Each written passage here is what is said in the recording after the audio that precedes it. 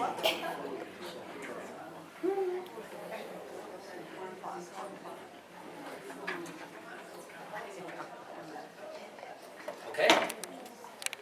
All right. I will resume. So we left off with biochar, and the next one, the next carbon dioxide removal methods I want to talk about are enhanced weathering, both on land and in the ocean.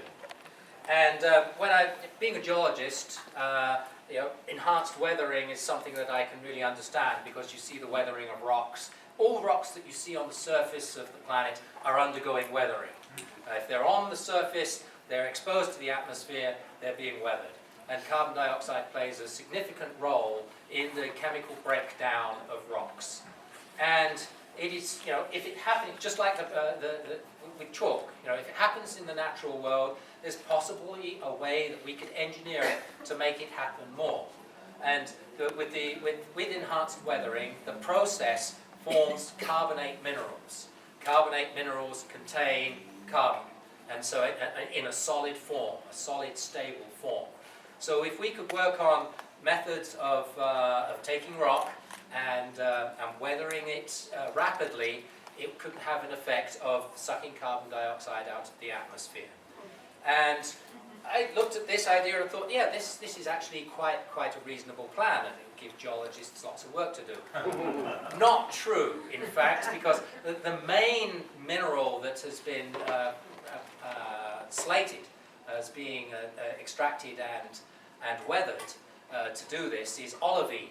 And olivine is a mineral which is very common in basalts.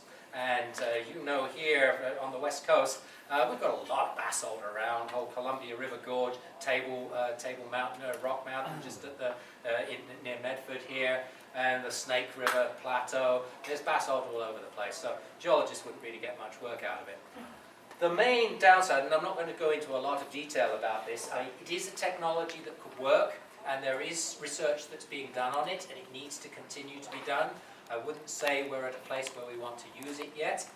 The main problem is that we are dealing with, 1,000 gigatons of carbon that we're dealing with.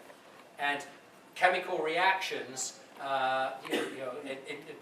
most of them, chemical reactions that we'll be dealing with in enhanced weathering, are going to be one atom of carbon for one molecule, or one molecule of carbon dioxide for one molecule of olivine.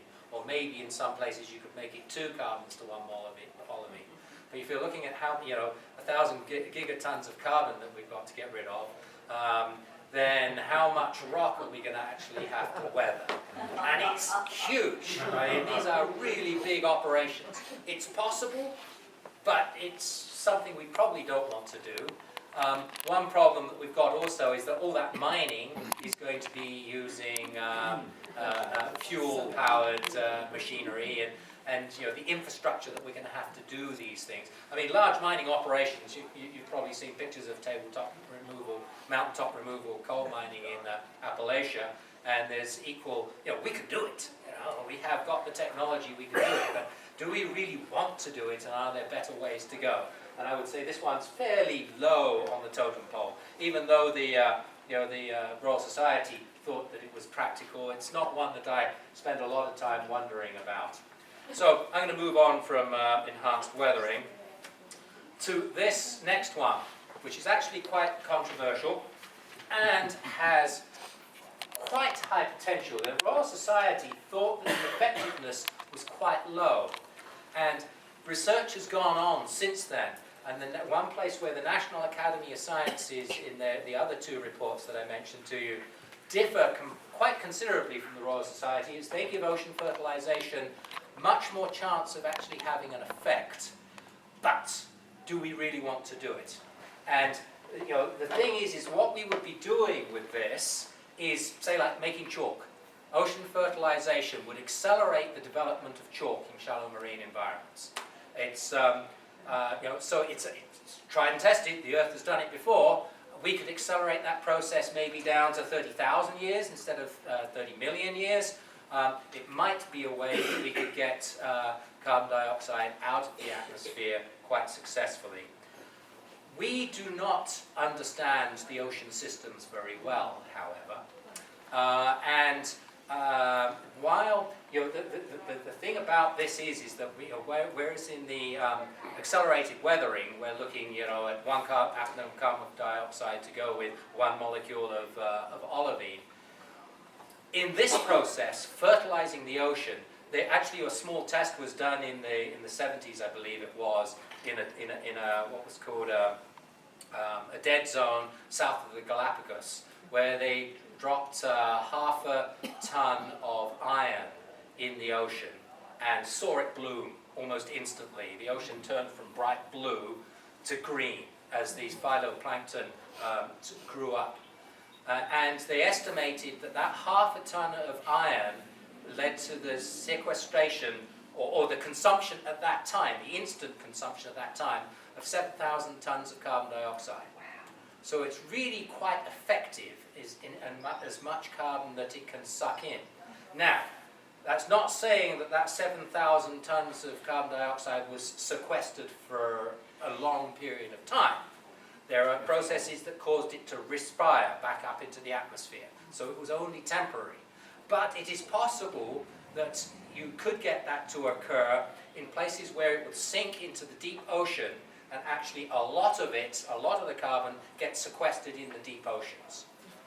Now, there's an awful, as I said before, there's an awful lot about the oceans that we do not understand. And I don't know if any of you have been watching the news over the last week, but there's the Terra expedition that's just finished a 3-year mission taking a survey of the ocean. And they've basically been taking samples of water and running DNA on what they find in those samples. And they've found about 3,500 new organisms that hadn't been appreciated in the past. And we don't know that if we fertilize phytoplankton on the surface, what effects we're going to have down in the deep. Yeah, there's a lot we do not know about this subject. But I think ocean fertilization has great potential for 2 things. 1, for absorbing a lot of carbon dioxide, and 2, for screwing up the oceans considerably. And so what we need to do is examine what we're going to do. We have to do something, okay? We can't walk away from this. We have to do something. We have to decide what it is we want to do. This method actually looks like one of the ways we could get rid of carbon dioxide quite quickly, but we do not understand all the side effects. So more research is required in this field. No implementation in that right now. There's the fertilization with iron, also possibly nitrogen, which has actually been tried. Australians have worked on it a bit, and they have had success, but they've also killed off a lot of fish with it. So, you know, there's a lot of work that needs to be done in this field, but there is potential that this could be something that will help us out.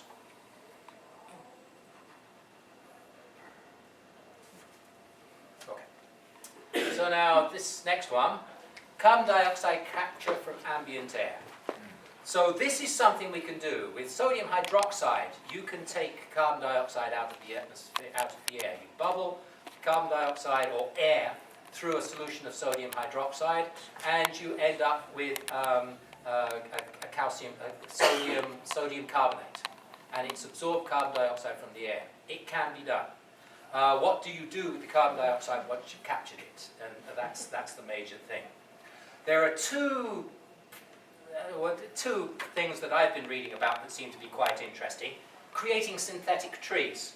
So, you know, trees capture carbon dioxide, as we know, and then let it off again when they die.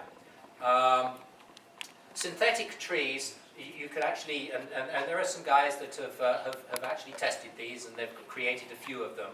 And basically, it's a system of allowing the air to go through it's various methods. Sodium hydroxide, one of them. Ion exchange resins are another one. Basically, they can take the carbon dioxide out of the air. And you know, you can imagine that what actually a landscape would look like here would be like lots of wind farms. You could actually mix them up, have the wind farms and the trees next to each other. So that would be the kind of process. But what you have to do is, once you've got your synthetic tree, it gets a small amount of carbon dioxide, you then have to take the carbon dioxide from that tree and then bury it somewhere. And there's a logistical infrastructure issue with doing that. But you know, synthetic trees are a possible way of sequestering carbon dioxide and something that needs investigation. There's another possible way that I think, and I haven't run this past anything, this is just an idea of mine, that you could do carbon dioxide removal and sequestration on an industrial scale. What you need to do is move, you know, carbon dioxide, as we've been talking about, is, you know, at the moment 400 parts per million. So it's actually a pretty low concentration. There's not a lot of it. So to be able to grab it out of the air, you've got to be able to move large volumes of air through your ion exchange column or your sodium hydroxide process, whatever process you're going to use, you've got to move large volumes of air through it. Now, if you want to do this on an industrial scale, that means, you know, I can see big fans that you're going to drive that will push the air through these sequestration plants. A lot of energy is going to be involved in doing that. Another thing you've got to do is you've got to have a place to put this carbon dioxide. Once you've sucked it out of the air, what are you going to do with it? You've got to put it somewhere. Something which is probably close to a lot of your people's hearts here is the Jordan Cove LPG plant. All right? And I want to talk to you about why the LPG plant is actually being built, or it's being proposed, sorry, and the pipeline is being proposed. And it goes back to another unpopular subject in this room, probably, fracking. What used to happen is that Canadian gas was sold to the US market. Now, Canadian natural gas was sold to the US market because the US does not have a large natural gas resource until fracking. And fracking changed everything.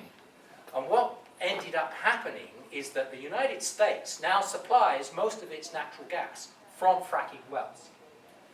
Which means Canadian natural gas does not have a market. It is a stranded source of energy. So what Jordan Cove is actually one of about 20 LNG plants that have been proposed around North America, all around down the west coast and the east coast and the Gulf of Mexico. And the reason these have been proposed is because the Canadian gas is looking for a market in Asia and Europe. And so what they want to do is to pipeline it down to these LNG plants on the coast, turn it into liquid natural gas, and then ship it to other markets. What I'm saying here is, okay, carbon dioxide removal is a very energy-intensive business. And you've got to find a place to put the carbon dioxide once you've dealt with it. Well, how about a Canadian gas field, where you've got a stranded source of energy, so you've got plenty to use, and you've got a reservoir that natural gas came out of, that you could put the carbon dioxide back into it. Actually, the first place I thought of this was Prudhoe Bay, where they flare off the gas that comes up of the North Slope oil fields, because there's no gas pipeline that comes out of there. Perfect use, because they actually use some of the natural gas that comes out of Prudhoe Bay. They actually pump down into the oil wells to get more oil extracted from the reservoir. So if you could use, say, Prudhoe Bay gas, burn it, sequester the gas, also with the energy that you're getting, power fans to extract carbon dioxide and methane, which in the Arctic is a very significant feature that we need to suck out of the atmosphere as well. That's another story that we can talk about later. I'm not going to cover it here. But methane is very important in this process.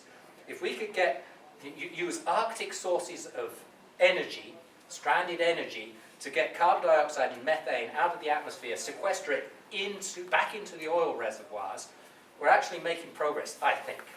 As I say, I haven't discussed that with anybody else, and anybody who wants to have any comments about that afterwards, I would be pleased to carry on the discussion. But I think that it's a novel idea that, we'd have to pay for that. We'd have to pay for the Canadians not to be able to sell their gas to Europe, but to get rid of carbon dioxide out of the atmosphere. So, it's not something we can just go out and do. We've got to make agreements on how we're going to pay for all this. And that's one deal we're going to come with at the end of this, is the era of, if we're going to solve the problems of the planet, the era of cheap energy is finished. All this is going to cost money.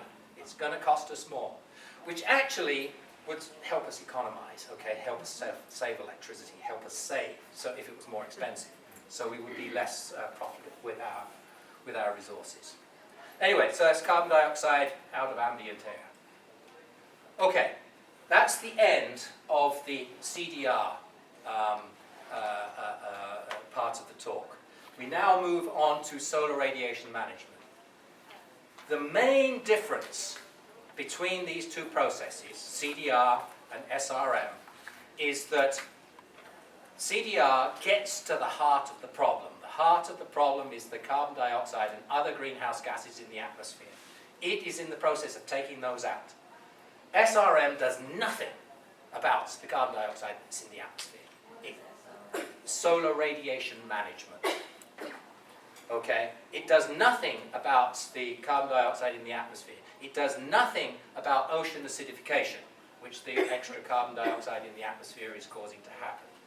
All solar radiation management does is it reflects some of the sunlight that's coming into the atmosphere back out so that it doesn't heat the planet up. But it doesn't do anything about the root cause of the problem.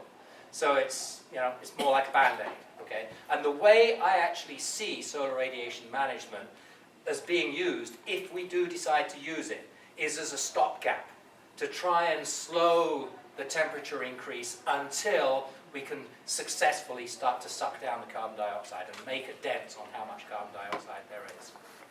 So, the rest of the talk is on solar radiation management, and some of it I'll go through quite quickly. Surface albedo human settlement. This is basically painting everything white. Okay? And actually, it will just reflect quite a lot of solar radiation back up into the air. But actually, when you look at how much land there is with built-up areas like this, it's a very small percentage. So there's not a huge capacity for reflecting radiation here, which is why the Royal Society said the effectiveness is quite low. It doesn't seem like a bad idea to me, although we'd all need sunglasses when we walked out of the building, because white roads are going to be cooler. You won't have the heat effects, but they'll be quite bright. The next one is solar radiation, solar albedo modification of the desert, basically making the deserts more reflective. One proposal for doing this was to put a plastic coating with lots of shiny aluminium strips in it into the over the desert areas to reflect lots of sunlight. Not an environmentally friendly thing to do.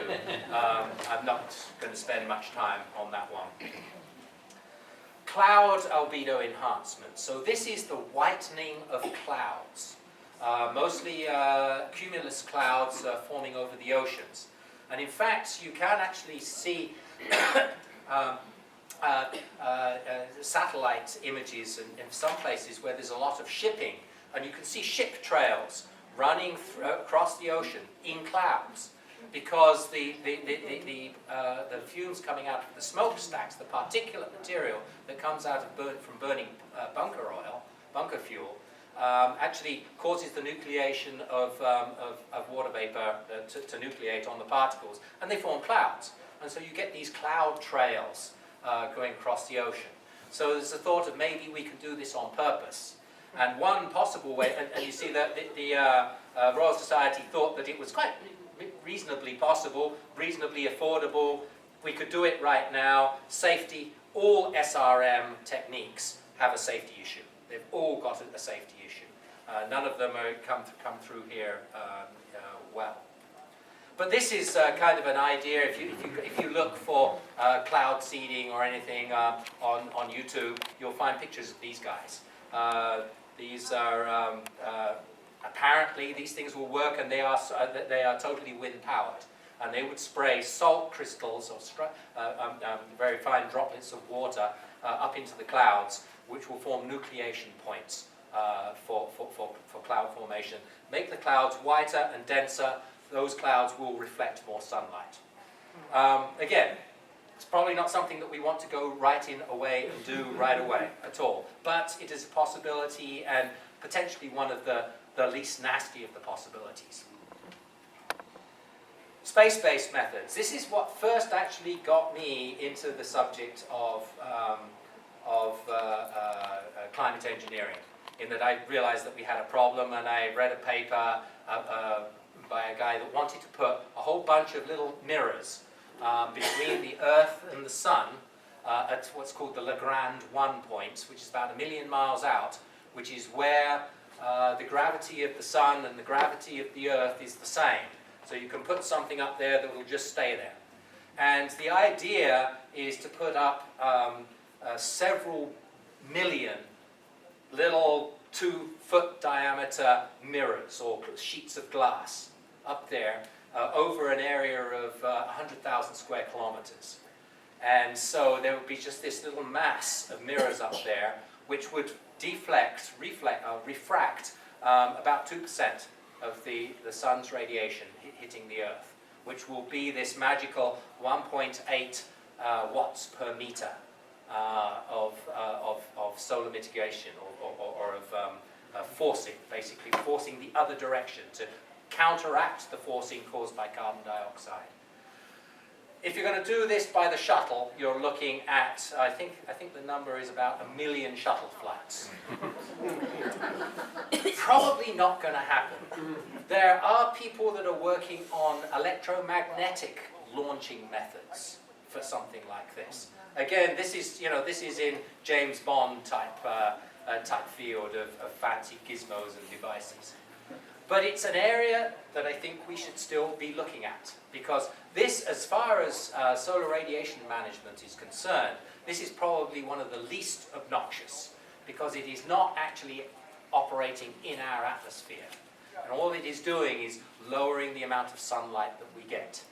And basically, if we can put it up there, we could take it down. So if we didn't like the effect, we could change it. And then this is the elephant. Stratospheric aerosols. What these are doing, what a stratospheric aerosol does, is it's mimicking the effects of volcanoes. Back in 1991, Mount Pinatubo blew up in the Philippines. And there was a measured around 0.5 degree C drop in the atmospheric temperatures for 2 years after Pinatubo went off. Even with the warming chart that the carbon dioxide, the greenhouse gas effect is giving us, it knocked it down 0.5 degree, even though the trend was up. So the explosion of Pinatubo had the effect of cooling the planet. It did this by putting 7 million tons of sulfur in the stratosphere. What happened is the sulfur went up there, water vapor that was in the stratosphere used the sulfur as nucleation points. It's sulfur dioxide and hydrogen sulfide is the form. The water vapor latched onto them, nucleated onto them, and formed little droplets in the stratosphere, an aerosol. That aerosol reflected significantly more than 2 watts per meter, because it actually made the temperature drop down. I don't know what the number is, but it's probably 4 or 5 watts a meter that it stopped hitting the planet, and we noticed that the planet cooled. What the solar radiation management process is to simulate a volcano. Okay? We also noticed when Pinatubo went off that there was damage to the ozone layer, which we fixed through the Montreal Protocol, when we changed over the refrigerants and air conditioners. But Pinatubo actually pushed it back for a way because there was ozone destruction. And also, once you put sulfur dioxide and hydrogen sulfide in the air, the water nucleates on it, as I said, and it turns into sulfuric acid. And that sulfuric acid eventually drops out of the stratosphere into the atmosphere and rains. And we get acid rain. A problem that we thought that we got rid of back in the 70s or 80s when we started scrubbing out the sulfur dioxide out of our coal stacks, coal power plant stacks. But let me put this in, so it doesn't sound like a very good idea, Pinatubo, but Pinatubo had a massive effect on the planet, okay? It cooled the planet when the planet was warming. So, the Pinatubo effect is really quite significant. 7 million tons of sulfur is what it put up. What the industrial world puts up per year in its smokestack emissions throughout the world is 30 million tons a year. So while Pinatubo didn't help our acid rain situation, it wasn't that much worse than what we're already doing. So people that are proposing stratospheric aerosols are talking about doing small tests, something where you can get a readable effect to see, what it's like. And I'm not sure that we're there yet, and I think the majority of the scientific community do not think we should be testing these processes yet. But we should still be doing more modeling research as to finding out what we're doing. But at some stage, I believe, and I think if you remember on my my 3 imperatives graph, I said no deployment for 5 years for SRM methods. And this is one. See, these you look at what the Royal Society made of this: effectiveness high, affordability high, timeliness high, safety low, and that's it. The safety of this technique is not well understood, and we shouldn't be doing it yet. All the other things are high, and as I've said to a few people here privately, that one problem with solar radiation management, especially stratospheric aerosols, you can take a Learjet and you could go up and spray sulfuric in the atmosphere right now. We could do it right now, and that's what the chemtrail people are saying that we are doing. Okay? I don't believe we are, and I don't think we should be, but I think we should be investigating, because if we really need to cool this planet down, Pinatubo proved that it is a way that it could be done. Whether we can live with the side effects of that is still out there. And I would say at the moment our level of knowledge is such that we don't want to live with those side effects because we don't know what they are yet. But we do need to discover what they are. Because at some stage, somebody's going to do it. Okay? Not necessarily us in the United States, but there's all kinds of other players out there who are totally capable of doing this. And you can do it selectively.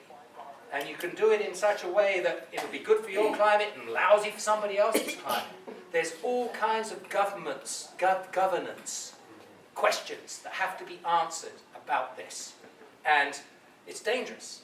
It's a dangerous place. And if we screw this one up, science has screwed things up in the past and we've managed to live through it. If we screw this one up, we're not going to do that. We cannot afford to make a serious mistake here. So, the potential. Have other volcanic eruptions had the same measurable effect? Yes. You can actually see them in the geologic record where they have had cooling effects. What's the impact on photosynthesis? Interesting question. What it does is it actually makes sunlight more diffuse. So one of the potential side effects of stratospheric aerosols is you'll actually increase the underburden in a forest.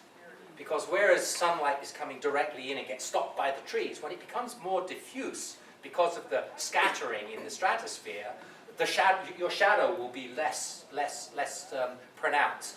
So in fact, there is some thought, and again, these are all thoughts and not tested or proven, that you could actually get increased production from if you scatter the sunlight more rather than having it more direct. But there's a whole range of issues and questions that go with this method that need to be investigated before we deploy it. And but if there is something occurs that suddenly makes the world think we've got a problem, we've got to do something about it, this will be the first place they go. And I want to be okay.